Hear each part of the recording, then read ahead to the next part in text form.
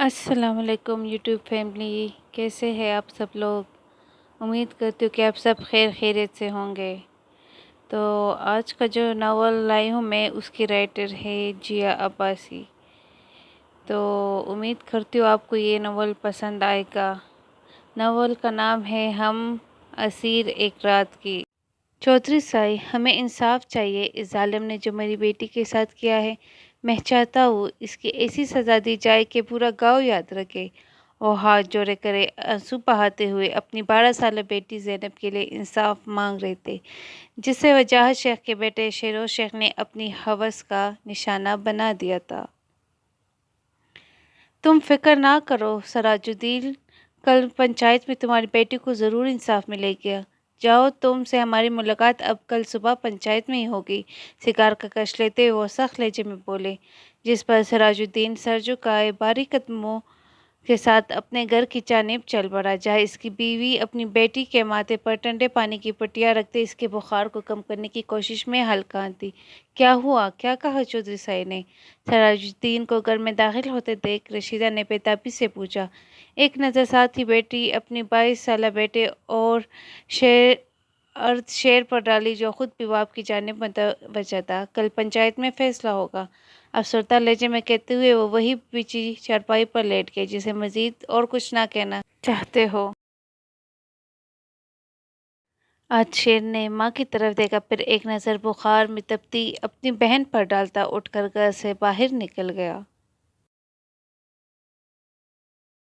صبح کے سورج کے ساتھ ہی گاؤں کے سب لوگ پنچایت میں جمع زینب کے لیے انصاف کا انتظار کر رہے تھے۔ ہر طرف خاموشی پھیلی تھی۔ سراج الدین پرامید نظروں سے چودھری سائی کو دیکھ رہے تھے، جو اب فیصلہ سنانے جا رہے تھے۔ یہ پنچایت اس فیصلے پر پہنچی ہے کہ چودھری سائی نے رک کر ایک نظر وہاں کھڑے لوگوں پر ڈالی۔ ہر شخص سانس روکے ان کے بولنے کا منتظر تھا۔ وجاہت شیخ کا بیٹا شیروز شیخ سراج الدین کی بیٹی کے ساتھ زیادتی کا مرتکب ہے، جس کے بدلے میں سراج الدین کا بیٹا ارد شیر بھی سراج الدین وجاہت شیخ کی بیٹی کے ساتھ وہی عمل دہرا کر اپنی بہن کے ساتھ ہوئی زیادتی کا بدلہ لے گا۔ یہی پنچایت کا فیصلہ ہے، اور پنچایت کے اس بدترین فیصلے پر وہاں کھڑے ہر شخص کو سانپ سونکھ گیا۔ ایک گناہ سرزد ہوا تھا، جس کے بدلے دوسرے گناہ کی اجازت دی جا رہی تھی۔ بھلا یہ بھی کوئی انصاف تھا؟ وجاہت شیخ سر جھکائے خاموش کھڑا تھا، کیونکہ دوسری صورت میں اس کے بیٹے کو سنسار کر دیا جاتا، جو وہ کبھی برداشت نہیں کرتے۔ لوگوں میں چیمگوئیاں شروع ہو چکی تھی۔ اکثر کو اس فیصلے پر اعتراض تھا، مگر پنچایت کے فیصلے کے سامنے بولنے کی جرأت کسی کی نہیں تھی۔ یہ سب کیا ہے بابا سائی؟ آج شیر نے غصے سے مٹھیوں کو بھینجے سراج الدین کی طرف دیکھا۔ وہ اس وقت بس شیروز شیخ کی جان لے لینا چاہتا تھا، جو نہ جانے کہاں چھپ کر بیٹھ گیا۔ انصاف! اب وجاہت شیخ کو پتہ چلے گا عزت لوٹنے سے کیا ہوتا ہے۔ نفرت زدہ لہجے میں کہتے وہ وہاں سے نکلتے چلے گئے۔ ان کے اندر جلدی بدلے کی آگ نے صحیح غلط کی فرق کو مٹا دیا۔ پنچایت یہ فیصلہ کیسے کر سکتی ہے؟ میری بچی کی زندگی تباہ ہو جائے گی۔ وجاہت شیخ کی بات سن کر ندرت شیخ روتے ہوئے بولی۔ اس وقت وہ یہ بھول گئی تھی کہ ان کا اپنا بیٹا بھی کسی کی زندگی تباہ کر چکا ہے، اور کوئی راستہ نہیں ہمارے پاس، ورنہ وہ شہروز کو جان سے مار دیں گے۔ وجاہت شیخ بے بس سے بولے، جبکہ کمرے کے باہر کھڑے اماں ابا کی باتیں سنتے مبارہ اس فیصلے پر ساکت رہ گئی۔ چند گھنٹوں بعد اس کی عزت کا بھی جنازہ اٹھنے والا تھا۔ یہ بات تھی اس کا دماغ معاف کر گئی تھی۔ اماں ابا اور بھی کچھ کہہ رہے تھے، مگر وہ بھاری ہوتے قدموں کے ساتھ اپنے کمرے کی جانب بڑھ گئی۔ ایک زنا کے بدلے دوسرا زنا! 16 سال کی مبارہ اب اتنی بھی چھوٹی نہیں تھی کہ ان سب باتوں کو سمجھ نہ پاتی۔ کیوں کیا شیروز بھائی آپ نے ایسا؟ اب میں کیا کروں گی؟ وہ روتے ہوئے وہی بیڈ کے قریب فرش پر بیٹھ گئی۔ معاشرے میں زیادتی شدہ عورتوں کے ساتھ کیا سلوک ہوتا ہے، اس سے وہ ناواقف نہیں تھی۔ اپنے گاؤں میں وہ ایسی کئی عورتوں کو دیکھ چکی تھی جو سب کے لیے اچھوت تھی۔ کوئی رشتے کے لیے ان کے گھر کا رخ نہیں کرتا۔ لوگوں کی حقارت بھری نظریں ذلت اٹھاتے اٹھاتے وہ تنہائی اس دنیا سے رخصت ہو چکی تھی، اور اب یہی رسوائی اور ذلت پنچایت میں اس کے نصیب میں بھی لکھ دی گئی ہے۔ پر کون جانے تقدیر اس کے لیے کیا سوچے ہوئے تھا۔ رات کی سیاہی نے اس گاؤں کو اپنے لپٹ میں لے لیا تھا، ہر طرف سناٹا چھایا ہوا تھا۔ جب اس سناٹے کو چیرتی قدموں کی آواز اس گلی میں سنائی دینے لگی، وہ چلتے ہوئے اس دروازے کے سامنے جا کھڑے ہوئے تھے جہاں وہ بدنصیب رہتی تھی، جس کی پل بھر بعد زندگی جہنم بننے جا رہی تھی۔ کون ہے؟ دروازہ کھٹکھٹانے پر اندر سے بھاری مردانہ آواز ابھری، سراج الدین، دروازہ کھولو۔ سراج الدین کی آواز پر مقابل نے فوراً دروازہ کھول دیا۔ سامنے ہی وجاہت شیخ کھڑا تھا، جس کے پیچھے کمرے سے نکلتی ندرت ان دو نفوس کو دیکھتے ہی رونا شروع کر چکی۔ اندر نہیں بلاؤ گے وجاہت؟ سراج الدین کی آواز پر وجاہت شیخ نے فوراً ایک طرف ہو کر انہیں اندر آنے کی اجازت دی تھی۔ ارد شیر کو آگے بڑھنے کا اشارہ کرتے سراج الدین گردن اکڑا کر اس کے پیچھے گھر میں داخل ہوئے۔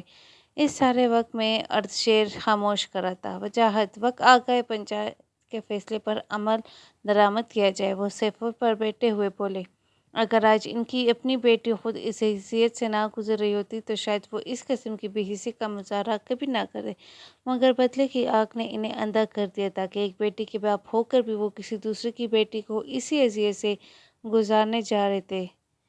ندرت، وجاہت شیخ نے اپنی بیوی کو اشارہ کیا جو وہی صوفے پر بیٹھی بے آواز روئی جا رہی تھی۔ شوہر کے کہنے پر بھی وہ ایک انچ تک اپنی جگہ سے نہیں ہلی۔ مجبوراً وجاہت شیخ ہی اپنی بیٹی کے کمرے کی طرف بڑھے اور شرمندہ سر جھکائے مبارک باپ کے پیچھے آئی۔ وجاہت شیخ نے اسے نہ جانے کیا کہا کہ وہ اب سر جھکائے سب کے سامنے کرتی۔ اسے دیکھتے ندرت کے رونے میں شدت آئی۔ سراج الدین کے اشارہ کرنے پر ارد شیر اپنی جگہ سے اٹھا اور آگے بڑھ کر مبارک کا بازو دبوچتے واپس اسی کمرے میں لے گئے جہاں سے ابھی باہر آئی تھی۔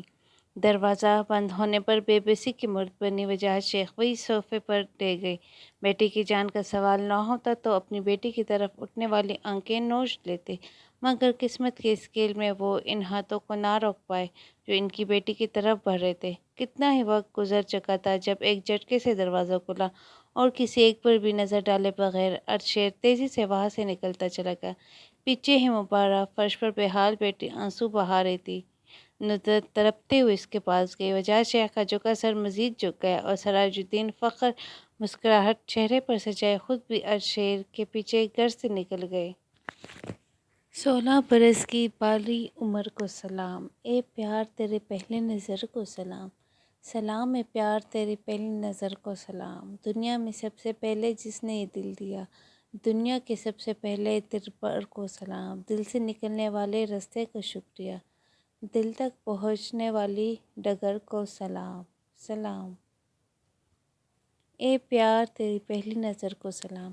رات میں برستی بارش کے باعث لاہور کا گرلز ہاسٹل اس وقت اندھیرے میں ڈوبا ہوا تھا، جس کو دور کرنے کے لیے وہ کمرے میں موجود موم بتیاں جلاتی ساتھ ساتھ گنگنا بھی رہی تھی۔ لبوں پہ ایک تبسم آ ٹھہرا تھا۔ وہ موم بتیاں جلا کر اسے ٹیبل پر رکھتی کھڑکی کے سامنے جا کھڑی ہوئی۔ برسات کا یہ موسم اسے ایک الگ ہی جہان میں لے جاتا تھا، جس میں وہ خوشیوں سے بھری کوس و قزح کے ہر رنگ کو اپنی زندگی میں برستا محسوس کرتی تھی۔ ابھی بھی وہ ہاتھ پہ لائے باہر برستی بارش کو محسوس کرتے ساتھ ہی ساتھ گنگنا بھی رہی تھی۔ جب پیچھے سے آتی عارفہ کی آواز پر چونک کر مڑی، مبارک میڈم، اب آپ 16 کی نہیں 20 کی ہو چکی، پھر یہ کون سی پہلی محبت کو آپ سلام بھیج رہی ہے؟ ہاتھ میں موجود ٹارچ کو ایک سائیڈ پر رکھتے ہوئے وہ معنی خیز لہجے میں سوال کر رہی تھی۔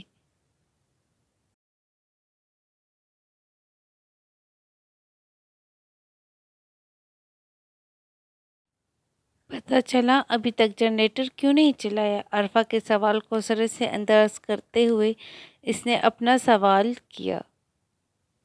خراب ہو گیا میڈم، اب کل ہی ٹھیک ہوگا، اس لیے آج کی رات یہ موم بتیاں جلاتے اور مچھروں کو مارتے ہوئے گزار دو، کہتے ہوئے اس نے ہوا میں ہاتھ پھیلائے اور ان مچھروں کو بھگانے کی ناکام سی کوشش کی۔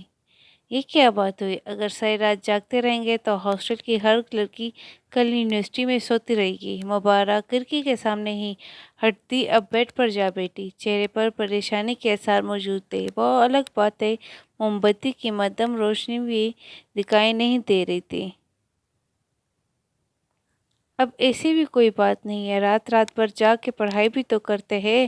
خیر مجھے تو نیند آنے لگی، میں تو چلی سونے، شب بخیر، کہتے ہی وہ واقعی سونے کے لیے لیٹ چکی تھی۔ مبارک نے گور کر اسے دیکھا۔ اس نے سنا تھا کہ نیند سولی پر بھی آ جاتی ہے، آج اس نے دیکھ بھی لیا۔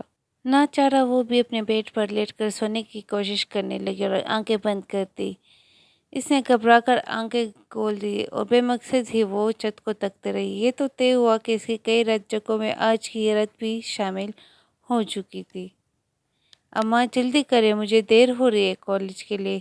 16 سالہ زینب نے ایک بار پھر بلند آواز لگائی، جس پر کچن میں کام کرتی رشیدہ بیگم نے گور کر ڈائننگ ٹیبل پر بیٹھی اپنی بے صبر بیٹی کو دیکھا۔ صبر نام کی کوئی چیز نہیں تم میں؟ ہاتھ میں ٹرے تھامے وہ کچن سے باہر آتے ہوئے بولے۔ مجھے کالج کے لیے دیر ہو رہی ہے، مجھے آفس کے لیے۔ زینب کے برابر میں بیٹا ارضشیر فوراً بہن کا ساتھ دیتے ہوئے بولا۔ تم نے ہی بگاڑ رکھا ہے اسے، رشیدہ بیگم ارضشیر کو گھورتے ہوئے بولے۔ اس میں بگاڑنے والی کیا بات ہے؟ خیر چھوڑے، سالم کہاں ہے؟ ارضشیر نے بات بدلنے کے لیے خود سے چھوٹے بھائی کے متعلق پوچھا۔ وہ اپنے دوستوں کے ساتھ صبح ہی گھر سے نکل گیا۔ جواب زینب کی طرف سے آیا۔ شرم کرو، تم سے 2 سال بڑا ہے۔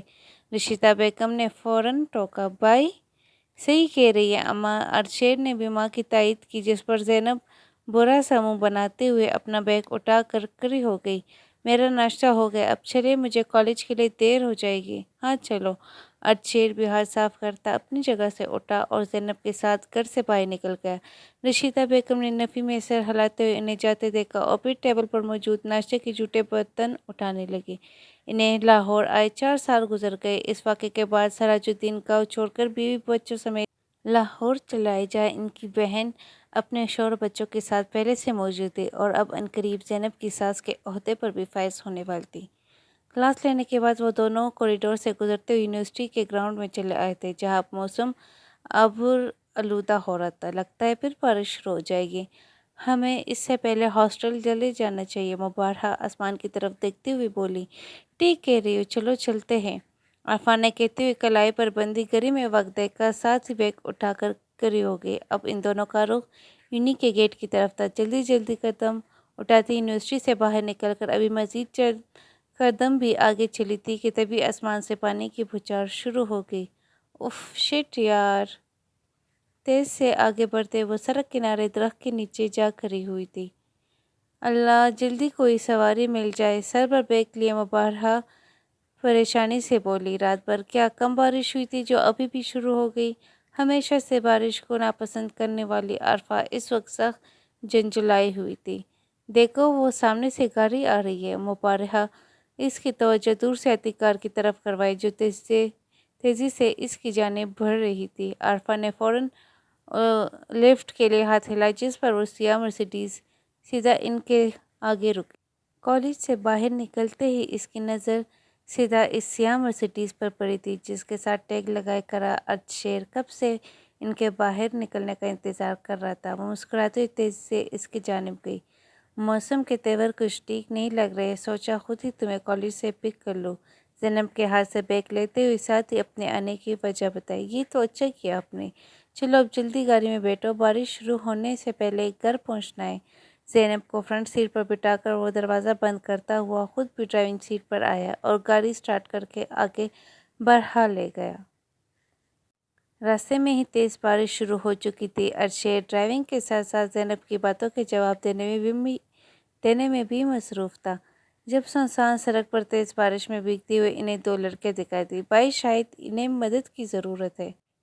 ان میں سے ایک کو ہاتھ ہلاتے دیکھ زینب نے کہا۔ یہاں سب کو مدد کی ضرورت ہے زینب، ہم ہر کسی کے لیے نہیں رک سکتے۔ ارضشیر سنجیدگی سے بولا۔ وہ شاید رکنے کا ارادہ نہیں رکھتا تھا، پر بھائی کتنی تیز بارش ہو رہی ہے، ہمیں ان کی مدد کرنی چاہیے۔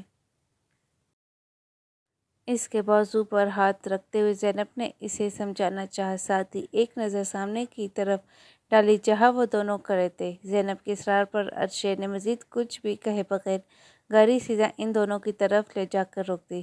شکر اللہ! گاڑی کو روکتے ہی عارفہ فوراً ارضشیر کی طرف بڑھی، جو گاڑی کا شیشہ نیچے کرتا اب بھی سامنے کی طرف دیکھ رہا تھا، جبکہ پیچھے کھڑی مبارہہ اسے دیکھتے ہی ساکت رہ گئی۔ آسمان سے برستی بارش، عارفہ کا ارضشیر سے مدد طلب کرنا، اسے کسی چیز کا ہوش نہیں تھا۔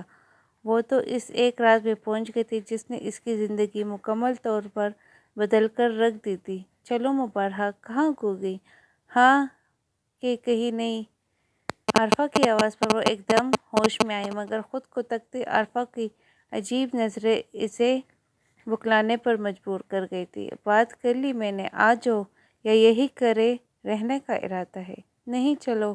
سر جھکائے وہ عارفہ کے ساتھ گاڑی کی پچھلی نشست پر بیٹھ گئی۔ ان کے بیٹھتے ہی ارشد نے گاڑی ہاسٹل کے راستے پر ڈال دی۔ باقی کا سارا سفر خاموشی سے گزرا تھا۔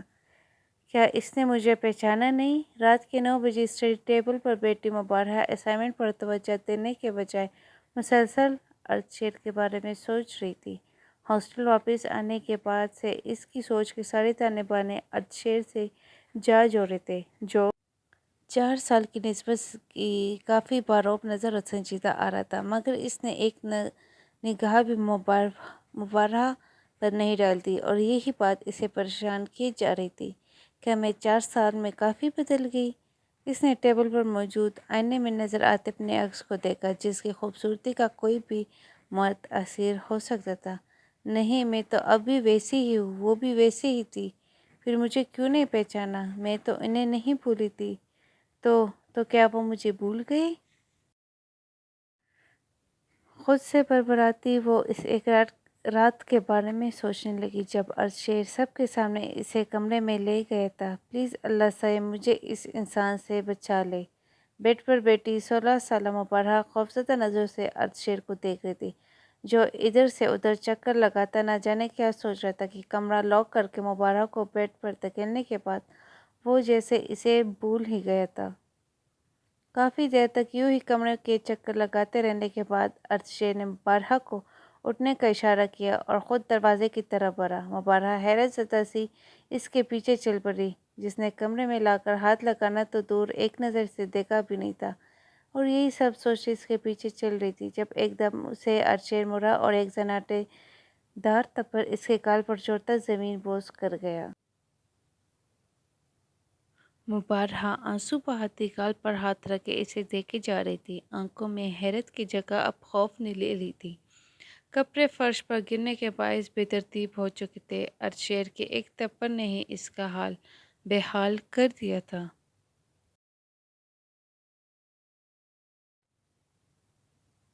یہاں سے باہر نکل کر تم سب کو یہی بتاؤ گی کہ میں نے تمہارے ساتھ زیادتی کی ہے، سمجھی؟ وہ اس سے آنکھیں دکھاتا ہوا بولا، جس پر مبارہہ نے روتے ہوئے فوراً اسباب میں سر ہلا دیا، اور اس کے بعد ارشد تو وہاں سے نکل گیا مگر اپنے پیچھے بہت کچھ چھوڑ گیا تھا۔ تہمت، عزت، ارشد کے نام کی تہمت لیے مبارہہ اس کے ساتھ حقیقت جیسے احساسات سے بن گئی۔ ایک کمرے میں وقت گزارنے کے باوجود اس کی عزت محفوظ تھی، یہ بات ارشد اور اس کے علاوہ کوئی دوسرا نہیں جانتا تھا، اور نہ وہ چاہتی تھی کہ کوئی جانے۔ وہ ہمیشہ اس کے نام کی تہمت کے ساتھ رہنا چاہتی تھی، جس کے سر الزام تھا اس کی عزت کے لوٹنے کا، جس سے اسے عقیدت تھی اس کی عزت کو محفوظ رکھنے کی، اور جس سے اسے محبت تھی۔ محبت؟ اس نے دھیرے سے دہرایا۔ نہیں، مجھے ارشد سے محبت نہیں ہے، وہ انکاری ہوئی۔ اس بات سے بے خبر کہ وہ تو ایک رات کی اسیر ہو چکی تھی۔ ان 4 سالوں میں وہ اس ایک رات میں کہیں قید ہو چکی تھی۔ رات کے دوسرے پہر اپنے کمرے میں لیٹا وہ کب سے بس کروٹوں پر کروٹیں بدل رہا تھا، پر یہ اندر کا غبار تھا کہ تھمنے کا نام ہی نہیں لے رہا تھا۔ 4 سال، پورے 4 سال بعد اس نے وہ چہرہ دیکھا جسے دیکھتے اس کی اندر نفرت کی چنگاریاں بھڑک اٹھی تھی۔ اس نے کس طرح خود کو قابو کیا تھا یہ بس ارشد ہی جانتا تھا۔ اپنی بہن کے ساتھ ہوئی وہ زیادتی آج تک بھولا نہیں تھا، اور نہ ہی بھولنے کا ارادہ رکھتا تھا۔ دعا کرنا اب ہمارا سامنا کبھی نہ، ورنہ اب کی بار میں کیا کروں میں خود بھی نہیں جانتا۔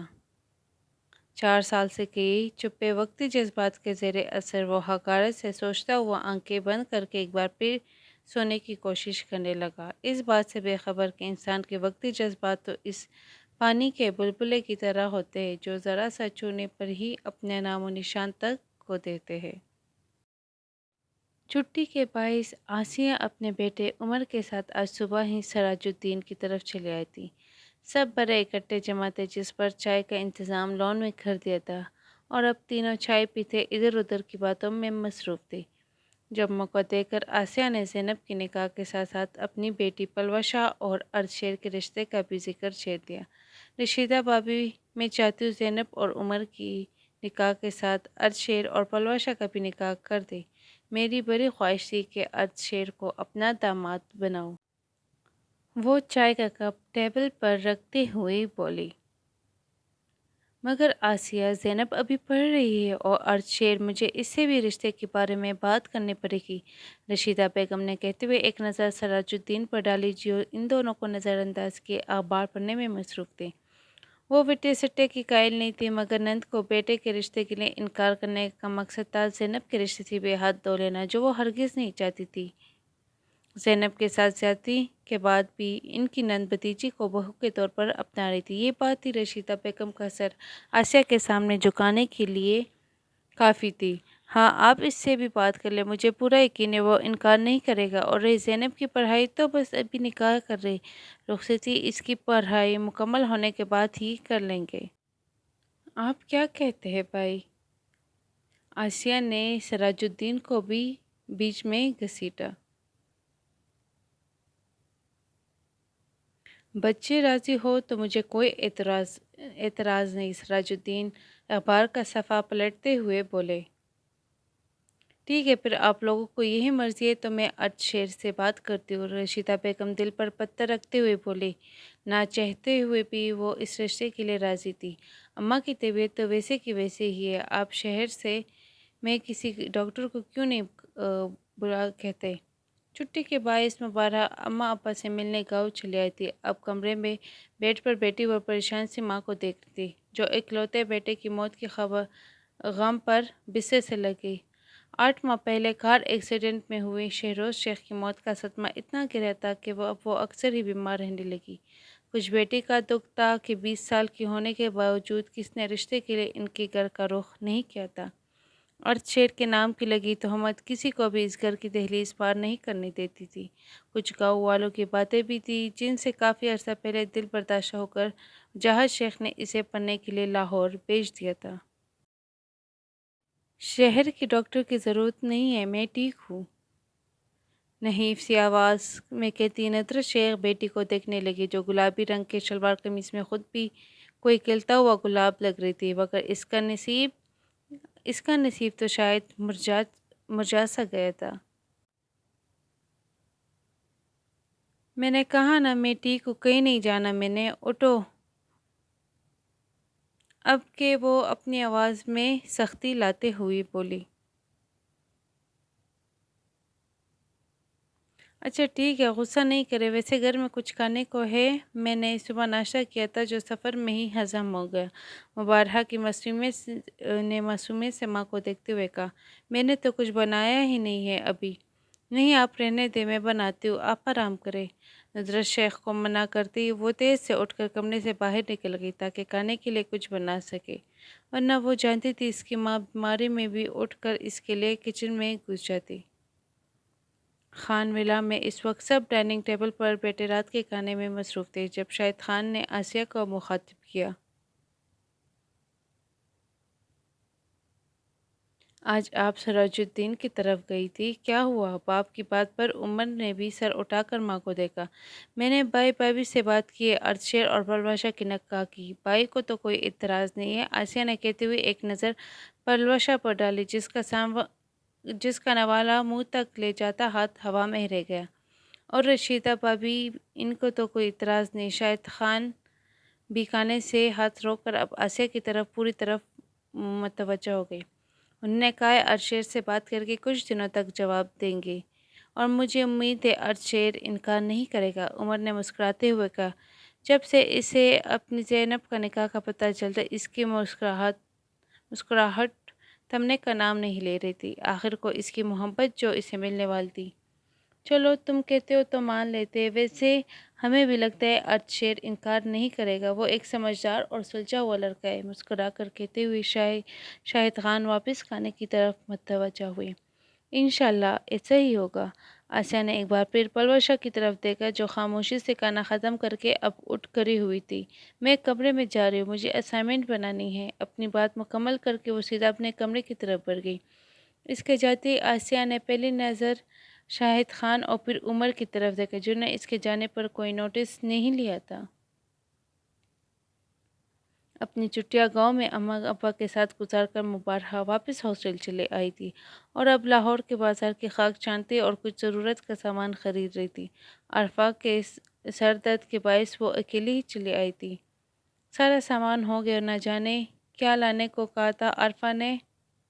وہ ہاتھ میں موجود لسٹ دیکھتی بربراتے ساتھ ہی بیگ سے موبائل نکال کر عرفہ کو کال ملانے پر آ گئی، مگر آگے سے موبائل بند جا رہا تھا۔ یہ بھی نہ موبائل آف کر کے خود گدے گورے بھیج کر سو رہی ہے۔ غصے سے موبائل کو گرتے ہوئے اس نے واپس بیگ میں رکھا اور سامان سے بھرے 2-3 شاپرز اٹھا کر شاپ سے باہر نکل گئی۔ اب وہ سڑک پر چلتی کسی رکشے یا ٹیکسی کی تلاش میں تھی۔ آج اس سب کو غائب ہونا تھا، کوئی رکشہ ٹیکسی ہی نظر نہیں آ رہی۔ سڑک پر نظر دوڑاتے ہوئے بارہا نے خفت سے سوچا، وہ بس جلد از جلد ہاسٹل پہنچنا چاہتی تھی۔ اگر اسے خاص ضرورت نہ ہوتی تو وہ یوں کبھی اکیلے بازار نہ آتی۔ بیچاری تک گئی تھی۔ کیا ہوا میڈم، ہاتھ میں درد ہو رہے تو ہم مدد کریں شاپرز پکڑنے میں؟ وہاں سے گزرتے 2-3 نوجوان اسے دیکھتی آوازیں کھسکنے لگے۔ مبارہہ انہیں نظر انداز کرتی اپنی گرد لپٹی چادر کو مزید ٹیک کرنے لگی۔ گلابی آنکھیں جو تیری۔ اس سے پہلے ان میں سے ایک مزید بکواس جاری رکھتا پیچھے سے پڑنے والے تھپڑ نے اس کی بولتی بند کر دی۔ وہ گال پر ہاتھ رکھے پیچھے مڑا جہاں ارشیر کڑا غصے سے انہیں گھور رہا تھا۔ بہت شوق ہے سڑک پر چلتی لڑکیوں کو چھیڑنے کا؟ ابھی وہ مزید اس لڑکے کو تھپڑ جڑتا کہ ارشیر کی خطرناک تیور دیکھ کر وہ لڑکے فوراً وہاں سے بھاگے۔ ویسے بھی وہ نوجوان لڑکے اس لمبے چوڑے مرد کا مقابلہ نہیں کر سکتے تھے۔ ان کے جاتے ہی ارشیر نے اپنا رخ مبارہہ کی جانب کیا۔ تمہیں بھی بہت شوق ہے عزت کو ہاتھ میں لیے گھومنے کا؟ جی؟ مبارہہ نے ناسمجھی سے اسے دیکھا۔ واقعی ارشیر کی بات کا مطلب سمجھنے سے قاصر تھی۔ اپنی عزت پیاری نہیں ہے شاید تمہیں، اس لیے اب سڑکوں پر نکل آئی ہو۔ اپنی اندر موجود نفرت وہ لفظوں کے ذریعے باہر نکال رہا تھا۔ مبارہہ کئی لمحے اسے گنگ سی حالت سے دیکھ رہی تھی۔ جب بولی تو آواز میں لرزراہٹ جو بھی ہے وہ تھی۔ میں بس ضرورت کے تحت باہر نکلی تھی، شوق سے نہیں۔ بیٹھو گاڑی میں، اس سے پہلے واقعی تمہاری عزت کا جنازہ نکل جائے تو میں تمہارے ہاسٹل چھوڑ دوں، سخت لہجے میں کہتا وہ اپنی گاڑی کی جانب بڑھا۔ مبارہہ خاموشی سے اس کے پیچھے چل دی۔ آج پھر وہ اس کی حفاظت کے لیے موجود تھا، خیر ہونے کے باوجود ارشیر کا ساتھ اسے تحفظ فراہم کرتا تھا۔ یہی بات اس کی ارشیر سے وابستہ عقیدت کو مزید بڑھا دیتی تھی۔ شکریہ۔ ہاسٹل سے کچھ فاصلے پر گاڑی رکتے ہی وہ اس کا شکریہ ادا کرنے لگے اور ارشیر نے یوں ہی نگاہ اس پر ڈالی کہ ٹھہر سا گیا۔ مبارہہ کی بلتی آنکھیں کچھ الگ ہی داستان بیان کر رہی تھی، ان میں اترتی چمک۔ ارشیر نے فوراً اپنی نگاہ پھیر لی۔ جب بولا تو لہجہ سختی لیے ہوئے تھا، جاؤ جلدی۔ جی۔ مبارہہ فوراً گاڑی سے اتر کر ہاسٹل کی جانب بڑھی۔ ارشیر اسے ہی دیکھتا رہا جب تک وہ اندر نہیں چلی گئی۔ مجھے کیا ضرورت تھی اس کی مدد کرنے کی؟ سر جھٹک کر گاڑی سٹارٹ کرتا وہ گھر کی طرف روانہ ہو گیا۔ آج سڑک سے گزرتے وقت ان لڑکوں کو مبارہہ کو تنگ کرتے ہوئے دیکھنا، وہ نہ چاہتے ہوئے بھی اس کی مدد کے لیے گیا۔ اچھا ہوا تم آ گئی، ابھی میں تمہیں ہی کال کرنے والی تھی۔ مبارہہ کو روم میں داخل ہوتے دیکھ عرفہ جلدی سے اٹھ کر اس کی طرف بڑھی تاکہ شاپرز لے سکے۔ ہاں، وہ واپسی میں کوئی گاڑی نظر نہیں آ رہی تھی اس لیے دیر ہو گئی، آہستہ آواز میں کہتے وہ شاپرز عرفہ کو پکڑا کر بیڈ پر جا بیٹھی۔ سوچ کے سارے تانے بانے ارشیر سے جڑے تھے۔ اس کی موجودگی اس کے تحفظ کا اتنا گہرا اثر تھا کہ مبارہہ اس کے لفظوں کی تیزی کو سرے سے فراموش کر چکی۔ اگر کچھ یاد تھا تو یہ ارشیر نے ایک بار پھر اس کی عزت کی حفاظت کی تھی اور سب سے بڑھ کر وہ اسے یاد تھی۔ یہی بات اسے سرشار کرنے کے لیے کافی تھی۔ کیا ہوا میڈم، اکیلے اکیلے مسکرا رہی ہو، کہیں محبت تو نہیں ہو گئی؟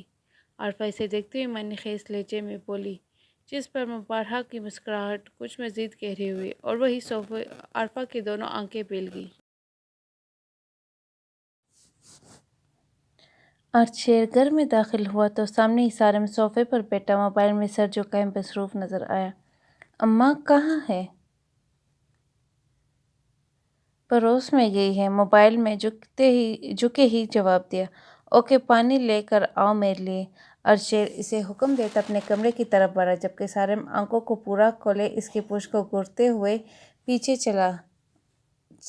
سے چلایا یہ میرا کام نہیں ہے، 5 منٹ میں پانی لے کر کمرے میں موجود ہو۔ شیر بھی اسی کے انداز میں کہتا اپنے کمرے کا دروازہ بند کر کے بیڈ پر بیٹھ گیا۔ اب وہ اپنے جوتے اتار رہا تھا۔ آج پھر وہ میرے سامنے تھی۔ مبارہہ کو ہاسٹل چھوڑنے کے بعد وہ مسلسل اسے سوچ رہا تھا۔ ذہن بری طرح الجھ چکا تھا۔ جتنا میں چاہ رہا ہوں اس سے سامنا نہ ہو، وہ اتنا ہی میرے سامنے آ رہی ہے۔ اس نے سوچتے ہوئے اپنے بالوں میں ہاتھ پھیرا۔ مجھے کیا ضرورت تھی اس کی مدد کرنے کی؟ کہیں محترمہ کسی خوش فہمی کا شکار نہ ہو جائے۔ شیر کو اس کی آنکھیں یاد آئی جس میں اسے دیکھتے ہی چمک اتر آئی تھی۔ میرا وہم بھی ہو سکتا ہے، مجھے اس کے بارے میں اتنا نہیں سوچنا چاہیے۔ اس نے خود کو جھٹلایا اور اٹھ کر واش روم کی طرف گیا۔ اس بات سے انجان کی محبت یا نفرت جیسے جذبات سے وابستہ شخص کو انسان ہمیشہ اپنے ذہن پر سوار رکھتا ہے۔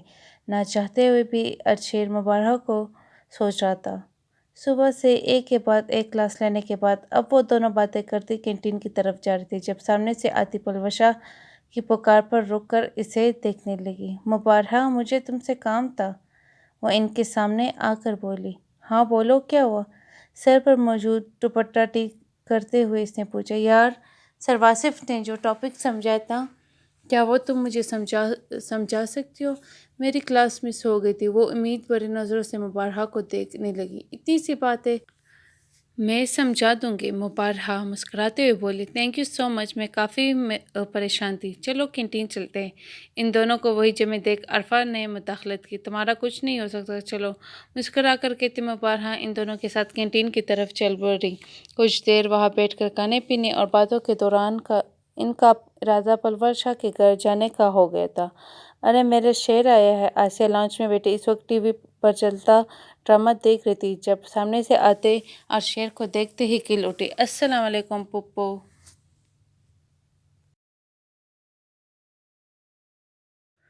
وعلیکم السلام، کیسے ہو؟ آسیہ نے کھڑے ہو کر اس کے سر پر ہاتھ پھیرتے ہوئے پوچھا۔ الحمدللہ ٹھیک، آپ کیسی ہیں؟ ان کا حال پوچھتا شیر ان کے ساتھ ہی صوفے پر بیٹھ گیا۔ میں بھی ٹھیک ہوں، تم بتاؤ آج یہاں کا رخ کیسے کر لیا؟ یقیناً عمر سے کوئی کام ہوگا۔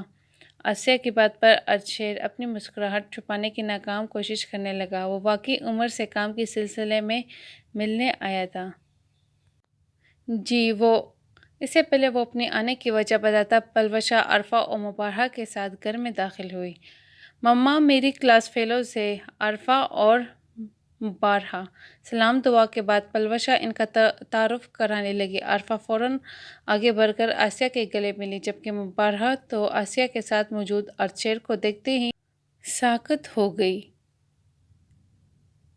کیسا عجیب اتفاق تھا، قسمت انہیں بار بار ایک دوسرے کے سامنے لے آتی تھی۔ مبارہہ، پلوشا کی پکار پر وہ چونک کر اس کی طرف متوجہ ہوئی۔ کیا ہوا؟ نہیں، کچھ نہیں۔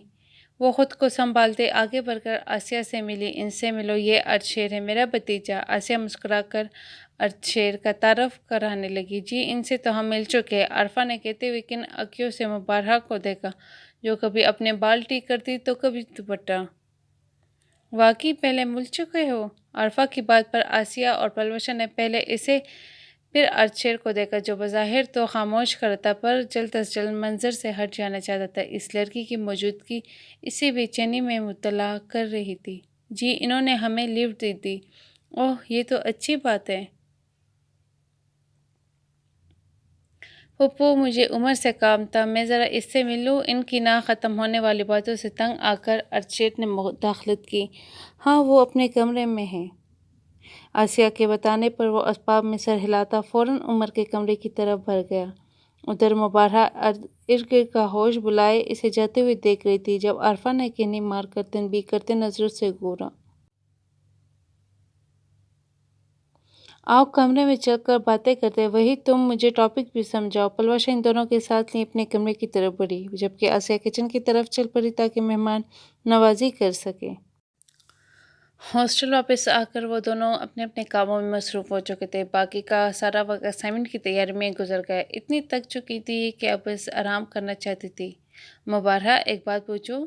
عرفہ نے اسے دیکھتے ہوئے پوچھا جو تکیہ درست کرتے سونے کی تیاری کر رہی تھی۔ ہاں پوچھو۔ شہر میں ایسا کیا ہے کہ اس کے سامنے آتی تم ارد گرد کا ہوش کو بیٹھتی ہو؟ مبارہہ سے ارشیر کے بارے میں جاننے اور آج کی ملاقات کے بعد وہ پوچھے بنا نہ رہ سکی۔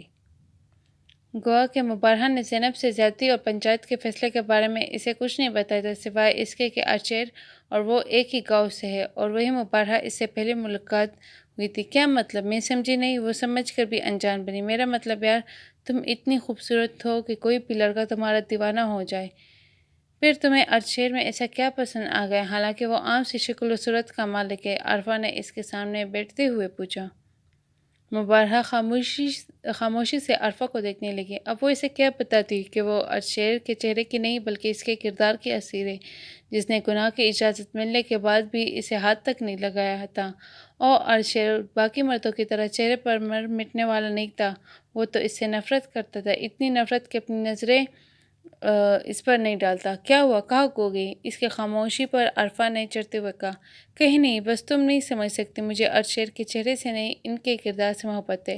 ان کا ساتھ مجھے تحفظ دیتا ہے۔ اگر میں کسی مرد کے موجودگی میں خود کو محفوظ سمجھ سکتی ہوں تو وہ صرف ارشیر ہے۔ وہ غیر مرئی نقطے کو گورتی اس ایک رات تک پہنچ چکی تھی جہاں وہ اور ارشیر تھے۔ اس کے ساتھ گزرا ہر ایک لمحہ مبارہہ کے لیے کسی قیمتی اثاثے سے کم نہیں تھا۔ جو بھی ہو، آخر کو وہ ایک مرد ہی ہے۔ مبارہہ کے جواب پر آنکھیں گھماتی وہ اٹھ کر واپس اپنے بیڈ پر چلی گئی تھی، مگر جاتے جاتے بھی اس نے مبارہہ کو جتانا ضروری سمجھا۔ ہاں مرد ہے، پر باقی مردوں جیسا نہیں۔ کمرے میں بیڈ پر بیٹھا وہ لیپ ٹاپ سامنے رکھے اپنے ای میلز چیک کر رہا تھا، جب دروازے پر دستک دے کر رشیدہ بیگم اندر آئیں۔ بیٹا، مجھے تم سے بات کرنی ہے۔ جی بولے، کیا بات ہے؟ آج تمہاری پھوپھو نے تم سے کوئی بات کی تھی؟ وہ ان کے سامنے بیٹھتے ہوئے سنجیدگی سے بول رہی تھی۔ وہ نہیں چاہتی تھی ان سے پہلے کوئی اور ارشیر سے اس بارے میں بات کرے۔ نہیں تو کیا ہوا ہے؟ کوئی بات ہے؟ ارشیر نے لیپ ٹاپ بند کر کے سائڈ پر رکھا اور پورا کا پورا رشیدہ بیگم کی طرف متوجہ ہوتا۔ تمہیں بتایا تو تھا، تمہاری پھوپھو آئی تھی زینب کے نکاح کی بات کرنے۔ ہاں تو اس میں مسئلہ کیا ہے؟ عمر سے بات ہوئی تھی، وہ ابھی صرف نکاح کا کہہ رہا ہے۔ ماں کی بات پر وہ پرسکون لہجے میں بولا، یہ مسئلہ نہیں ہے۔ پھر؟ رشیدہ بیگم نے گہرا سانس لیتے ہوئے ارشیر کی طرف دیکھا۔ وہ آسیہ پلوشا کا نکاح تم سے کرنا چاہتی ہے۔ لیکن دیکھو ارشیر، تم جانتے ہو زینب کے لیے عمر کا رشتہ کتنا ضروری ہے، اور تمہارے بابا صاحب کو بھی اعتراض نہیں ہے، اس لیے انکار کرنے سے پہلے اچھی طرح سوچ لو۔ اس سے پہلے ارشیر کچھ کہتا اس کی بات کاٹتے ہوئے بولی، اگر بابا صاحب آپ راضی ہیں تو مجھے بھی کوئی اعتراض نہیں ہے۔ اسے واقعی اس رشتے سے کوئی اعتراض نہیں تھا جو انکار کی وجہ بنتا۔ ویسے بھی وہ اپنی بہن کی خوشیوں کے لیے اتنا تو کر ہی سکتا تھا۔ یہ تو اچھی بات ہے، میں کل ہی آسیہ سے کہہ دوں گی وہ زینب کے ساتھ پلوشا کے نکاح کی بھی تیاری کر لے۔ رشیدہ بیگم اس کا ماتھا چومتی ہوئی بولے اور اٹھ کر کمرے سے باہر نکل گئی۔ ان کے جاتے ہی ارشیر لیپ ٹاپ لے کر اپنے آفس کا کام کرنے میں مصروف ہو گیا، جب اچانک مبارہہ کا چہرہ اس کی نظروں کے سامنے آیا۔ اس نے فوراً سے اپنے خیال کو جھٹکا۔ اگلی صبح ہی رشیدہ بیگم نے آسیہ کو فون کر کے ارشیر اور پلوشا کے نکاح کے لیے ہاں کر دی، جس سے دونوں گھروں میں خوشیوں کی لہر سی دوڑ گئی۔ ہر کوئی اس رشتے کو لے کر بہت خوش تھا۔ آنے والے کچھ دنوں میں ہی دونوں گھروں میں نکاح کی تیاریاں شروع ہو چکی تھیں۔ دوسری طرف مبارہہ ندرت شیخ کی طبیعت مزید بگڑنے کے باعث گاؤں چلی آئی تھی تاکہ کچھ دن اماں ابا کے ساتھ گزار کر ان کی خدمت کر سکے۔ یونیورسٹی سے اس نے چھٹیاں لی ہوئی تھی، ویسے بھی اسائنمنٹ وغیرہ میں مدد کے لیے عرفہ موجود تھی۔ اماں آپ آرام کریں۔ ندرت شیخ کو دوائیاں دینے کے بعد وہ بیڈ پر لیٹی ہوئی سوچ رہی تھی۔ مبارہہ بیٹا، اب میں ٹھیک ہوں، کوئی حرج نہیں ہو رہا ہے۔ اماں عرفہ ہے میری مدد کے لیے، اب پریشان نہ ہو۔ اس نے جھک کر ان کے ماتھے پر پیار کیا اور پھر کمرے سے نکل کر کچن کی طرف بڑھنے لگی کہ بیرونی دروازے کی بیل بجی۔ مبارہہ نے اپنے قدم دروازے کی طرف بڑھائے۔ جی کون؟ سامنے کھڑے لڑکے کو دیکھتے اس نے پوچھا۔ جی وہ جاہد شیخ کے نام ڈاک آئی ہے۔ خاکی لفافہ مبارہہ کی طرف بڑھاتے ہوئے اس نے کہا، جیسے اس نے شکریہ کے ساتھ تام لیا۔ لڑکے کو فارغ کر کے وہ دروازہ بند کرتے واپس کمرے میں ابا کے لیے کس نے بھیجا ہے؟ ذہن میں اٹھتا سوال اور تجسس سے لفافہ کھول کر دیکھنے پر مجبور ہو گئی۔ کیا ہو سکتا ہے اس میں؟ کیا میں کھول کر دیکھ لوں؟ ہاں دیکھ لیتی ہوں۔ ابا نے کون سا کچھ کہنا ہے؟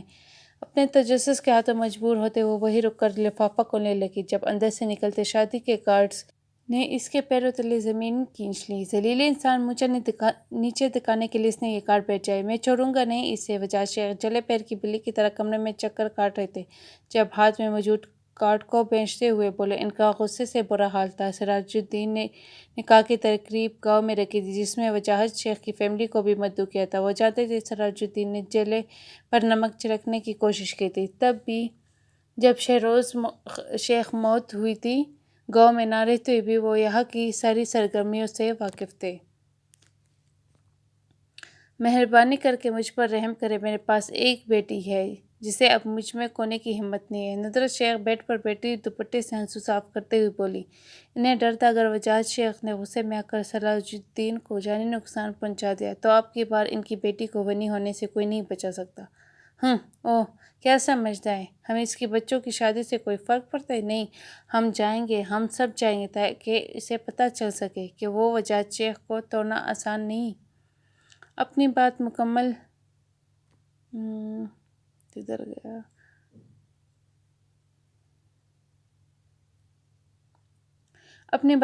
کر کے وہ کمرے سے باہر نکل چکے تھے۔ ندرت شیخ نے بیٹی کی طرف دیکھا جو کھڑکی کے پاس خاموشی سے سر جھکائے بیٹی اپنے ہاتھوں کی لکیروں میں نہ جانے کیا ڈھونڈ رہی تھی۔ اس خبر کے ملنے کے بعد سے اسے چپ لگ گئی تھی۔ 2 دن مزید اماں ابا کے ساتھ گزار کر واپس ہاسٹل چلی آئی جہاں عارفہ اس کا بے چینی سے انتظار کر رہی تھی۔ اسے بھی پلوہ شاہ اور ارشیر کے نکاح کی خبر مل چکی تھی جس کے بعد اسے مبارہہ کی فکر ہونے لگی، اس لیے اسے مبارہہ سے بات کرنے کا سوچا۔ اب وہ اس کے سامنے بیٹی مسلسل اسے سمجھانے کی کوشش کر رہی تھی۔ دیکھو مبارہہ، محبت وغیرہ سب بیکار ہے۔ دیکھنا جب تمہاری شادی ہوگی چاہنے والا شوہر ملے گا تو تب تمہیں ارشیر یاد بھی نہیں رہے گا۔ وہ اس کے ہاتھوں پر دباؤ ڈالتے ہوئے بولی۔ مجھے نہیں پتا کچھ بھی، میں کیسے جاؤں گی؟ اس کے رونے میں مزید شدت آ گئی۔ مبارہہ میری جان، ہمیشہ یاد رکھو دنیا اور اس دنیا کی ہر چیز وقتی ہے، حتیٰ کہ انسان کے جذبات بھی۔ مستقبل میں تمہیں یہ محبت حماقت سے کم نہیں لگے گی۔ نہیں عارفہ، تم نے محبت نہیں کی اس لیے تم یہ کہہ سکتی ہو، لیکن محبت کوئی کھیل نہیں جو بار بار کھیلا جائے، یہ بس ایک بار ہوتی ہے اور اگر نہ ملے تو ساری زندگی کا روگ بن جاتی ہے، پھر چاہ کر بھی انسان کسی اور سے محبت نہیں کر پاتا۔